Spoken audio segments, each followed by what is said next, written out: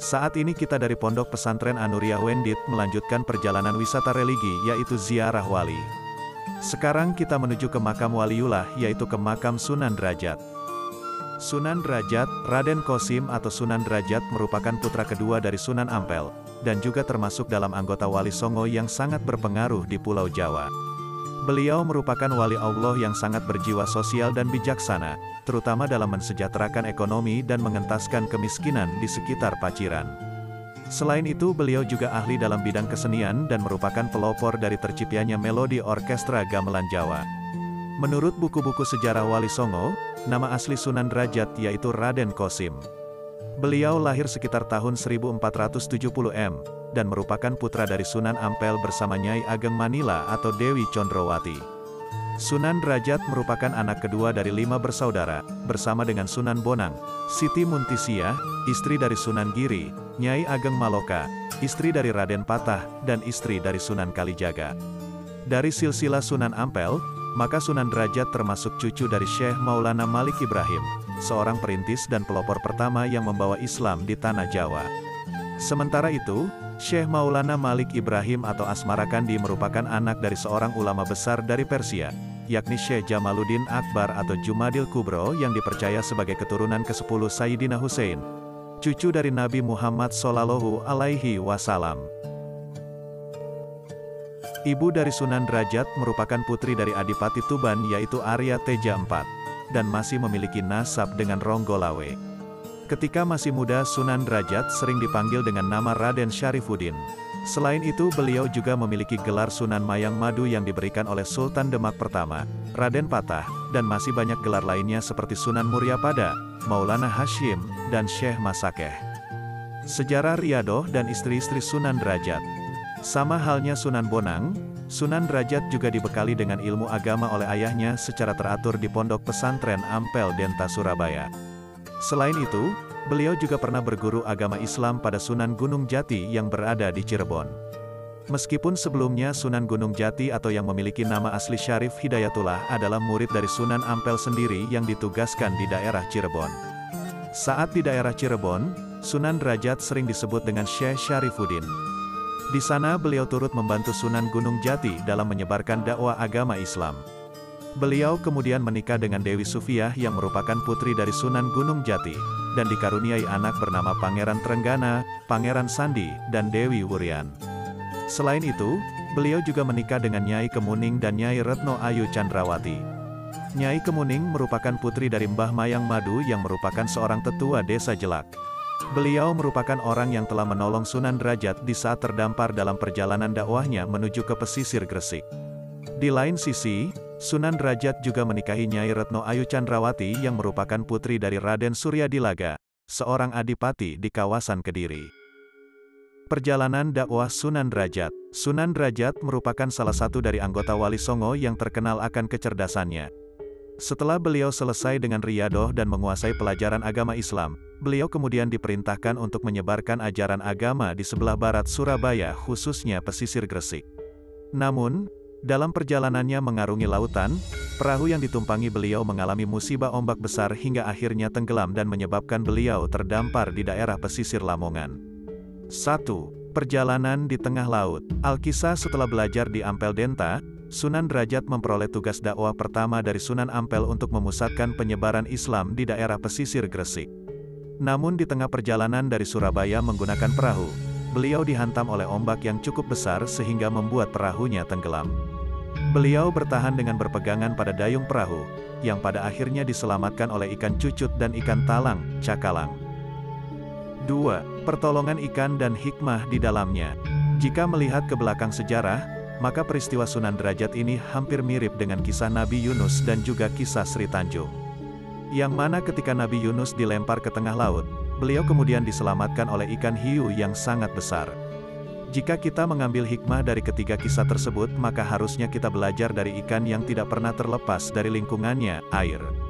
Sama seperti ikan yang hidup di air, maka manusia juga tidak boleh terlepas dari tanggung jawabnya di lingkungan masyarakat. Ia harusnya menolong dan membantu bila mana dalam lingkungan tersebut mengalami keterbelakangan, bodoh, miskin, atau sebagainya. Dan sebagaimana ikan yang memasuki lorong-lorong bebatuan untuk mencari kebaikan, maka manusia juga harus bisa membaca, mendengarkan, dan mencari tahu apa yang tengah diinginkan oleh masyarakat. 3. Terdampar di pesisir Jelak, Banjarwati. Dengan menaiki kedua ikan tersebut, akhirnya Sunan Derajat berhasil mendarat di sebuah pesisir yang dikenal sebagai Desa Jelak, Banjarwati. Menurut beberapa sumber, kejadian tersebut terjadi sekitar tahun 1485 di Desa Jelak tersebut. Beliau mendapat sambutan yang hangat oleh tetua kampung yaitu Mbah Mayang Madu dan Mbah Banjar yang diyakini sudah masuk Islam dengan bantuan pendakwah yang berasal dari Surabaya. 4. Menetap di Desa Jelak. Sunan Derajat kemudian menetap di Desa Jelak dan menikah dengan putri dari Mbah Mayang Madu yaitu Nyai Kemuning. Beliau kemudian mendirikan surau yang akhirnya berkembang menjadi sebuah pesantren untuk mengaji ratusan penduduk di sana. Sunan Derajat berhasil mengubah Desa Jelak yang tadinya hanyalah kampung kecil dan terpencil menjadi desa yang berkembang dan ramai. Nama desa tersebut akhirnya diubah menjadi Desa Banjaranyar. 5. Babat alas wilayah yang baru. Setelah lebih dari setahun di Jelak, Sunan Derajat akhirnya memutuskan untuk mencari tempat dakwah lain yang lebih strategis. Beliau kemudian berpindah sekitar 1 km ke arah selatan dan membuka lahan baru yang masih berupa hutan belantara. Untuk menempati lahan tersebut, beliau bersama dengan Sunan Bonang meminta izin kepada Sultan Demak pertama dan mendapatkan ketetapan pemberian tanah tersebut tahun 1486. Hutan yang berada di pegunungan tersebut dianggap sangat strategis karena jauh dari banjir saat musim hujan. Selain itu, pemilihan gunung juga dipercaya dekat dengan Allah sebagaimana Nabi Musa dan Nabi Muhammad yang mendapatkan wahyu untuk pertama kalinya. Menurut beberapa kisah, selama pembukaan lahan, banyak sekali makhluk halus yang marah, meneror warga, serta menyebarkan penyakit, namun bisa diatasi oleh Sunan Derajat. 6. Mendirikan pesantren di perbukitan selatan, Ndalem Duwur. Setelah proses pembukaan lahan selesai, Sunan Derajat beserta pengikutnya mendirikan pemukiman seluas 9 hektar. Berdasarkan petunjuk yang disampaikan Sunan Giri lewat mimpi, beliau menempati daerah sisi selatan perbukitan dan dinamai Ndalem Duwur, kini menjadi komplek pemakaman. Sunan Derajat juga mendirikan masjid agak jauh di bagian barat tempat tinggalnya, untuk dijadikan sebagai pusat dakwah dan menghabiskan sisa hidupnya di daerah tersebut. Berkat kecerdasannya, beliau mampu memegang kendali otonomi atas wilayah Perdikan Derajat melalui Kerajaan Demak selama 36 tahun. Atas kesuksesannya tersebut, maka orang-orang menyebut beliau dengan nama Kaderajat, yang artinya terangkat derajatnya. Dari sebutan itulah, akhirnya muncul nama Sunan Derajat. Selain itu, beliau juga mendapatkan gelar Sunan Mayang Madu, 1520 dari Sultan Demak pertama, atas keberhasilannya dalam mensejahterakan kehidupan masyarakat.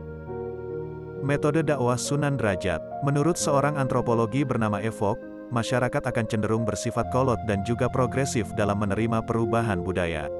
Mereka yang memiliki kedudukan tertentu dalam masyarakat cenderung tidak menyukai adanya perubahan yang mampu mengubah kedudukannya.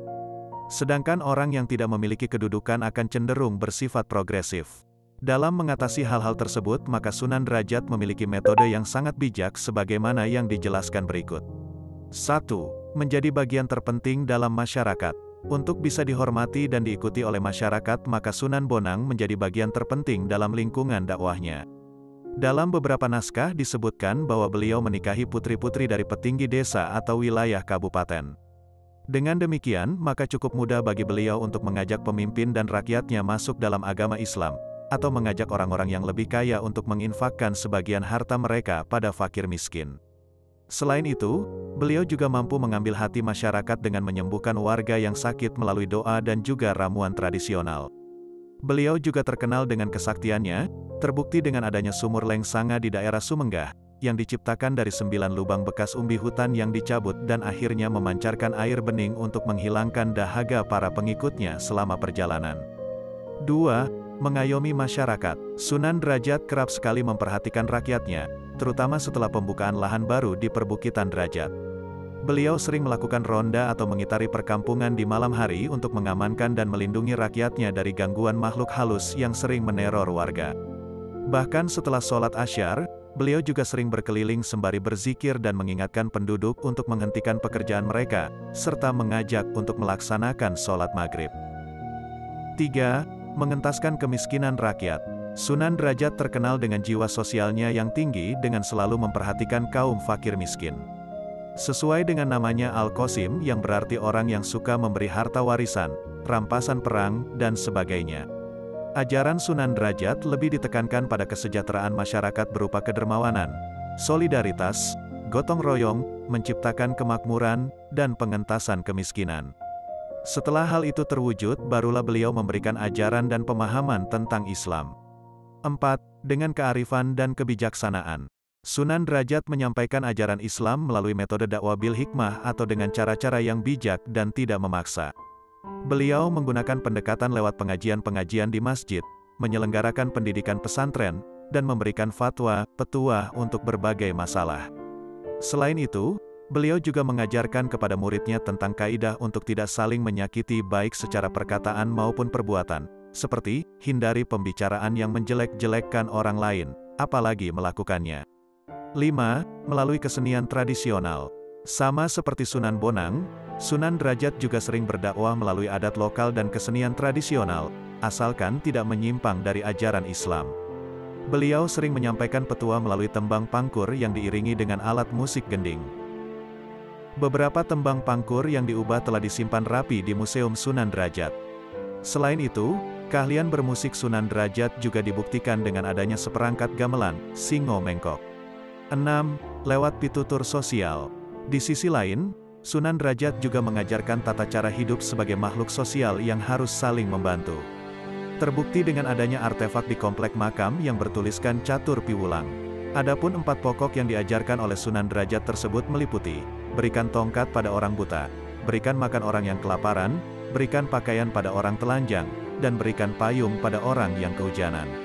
Ajaran Sunan Derajat yang terkenal dalam mengamalkan ajaran Islam, terutama meningkatkan jiwa sosial dan juga pengentasan kemiskinan, Sunan Derajat mengajarkan filosofi yang dilukiskan dalam 7 sab tangga di komplek makam Sunan Derajat. 7 ajaran tersebut sangat supel dan mampu diamalkan siapa saja dari berbagai kalangan maupun tingkatan. Adapun makna filosofi ke-7 sab tangga tersebut yakni sebagai berikut. Pertama, membangun resep tiasing sasoma, artinya kita harus selalu membuat hati orang lain merasa senang. Kedua, jroning suka kudu eling lan waspada, maka ketika kita merasa bahagia, kita harus selalu ingat pada Sang Kuasa, bersyukur, dan tetap waspada. Ketiga, laksmitaning subrata tan nyipta marang pringgabayaning lampah, artinya dalam perjalanan untuk menggapai cita-cita yang luhur maka kita tidak boleh takut dan mudah putus asa terhadap segala macam rintangan. Keempat, meper hardaning pancadriya, anjuran untuk selalu menekan hawa nafsu yang bergelora. Kelima, heneng, hening, henung, artinya dalam keadaan diam kita bisa mendapat keheningan, dan saat keadaan menjadi hening maka disitulah kita mampu menggapai cita-cita yang mulia. Keenam, mulia guna pancawaktu, maknanya adalah suatu kebahagiaan secara lahir dan batin yang bisa kita peroleh dengan melaksanakan sholat 5 waktu. Ketujuh, 4 ajaran pokok bersosialisasi, Catur Piwulang, seperti yang dituliskan di atas. Maknanya yaitu kita harus memberikan ilmu kepada orang yang belum mengerti, bodoh, kita harus mensejahterakan orang yang miskin, kita harus mengajari tentang kesusilaan pada orang yang tidak tahu malu, dan kita harus melindungi orang yang sedang menderita atau terkena musibah. Makam Sunan Derajat. Selama 36 tahun, Sunan Derajat menghabiskan sisa hidupnya untuk mengajarkan Islam di dalam duwur. Beliau wafat sekitar tahun 1522 Masehi dan dimakamkan di Perbukitan Derajat, Paciran, Lamongan. Makam beliau terletak di posisi paling tinggi dan berada di belakang. Sementara itu, di dekat makam terdapat Museum Peninggalan Sunan Derajat, termasuk kumpulan tembang pangkur, gamelan, dan juga dayung perahu yang pernah menyelamatkannya. Kompleks pemakaman terbagi menjadi 7 halaman yang secara keseluruhan terdapat di perbukitan. Berbagai pemugaran di komplek makam Sunan Derajat diberikan langsung oleh pemerintah setempat untuk mendukung pelestarian warisan sejarah tersebut. Ada pintu gapura padu raksa dengan hiasan cungkup, serta pagar kayu bermotif sulur dan teratai yang mampu menguatkan kesan lambang sebuah gunung. Selain itu ada juga pembangunan kembali Masjid Sunan Derajat, Museum dan Peninggalan Sunan Derajat. Selain melakukan pemugaran komplek makam, pemerintah setempat Kabupaten Lamongan juga mendirikan Museum Daerah Sunan Derajat untuk mengenang jasa para wali dan Sunan Derajat yang menyebarkan agama Islam di Jawa khususnya Lamongan. Museum ini diresmikan oleh Gubernur Jawa Timur pada tanggal 1 Maret tahun 1992, dan letaknya di sebelah timur makam Sunan Derajat. Dalam sejarahnya, para wali termasuk Sunan Derajat kerap sekali menggunakan kesenian tradisional untuk melakukan dakwahnya. Sunan Derajat sendiri terkenal sebagai wali Allah yang menjadi pelopor terciptanya tembang mokopat seperti pangkur. Selain itu, terdapat bukti lain seperti beberapa alat gamelan yang dinamai Singo Mengkok, dan hanya tinggal kerangkanya yang tersimpan di museum. Semoga tayangan ini bisa bermanfaat. Wassalamualaikum warahmatullahi wabarakatuh.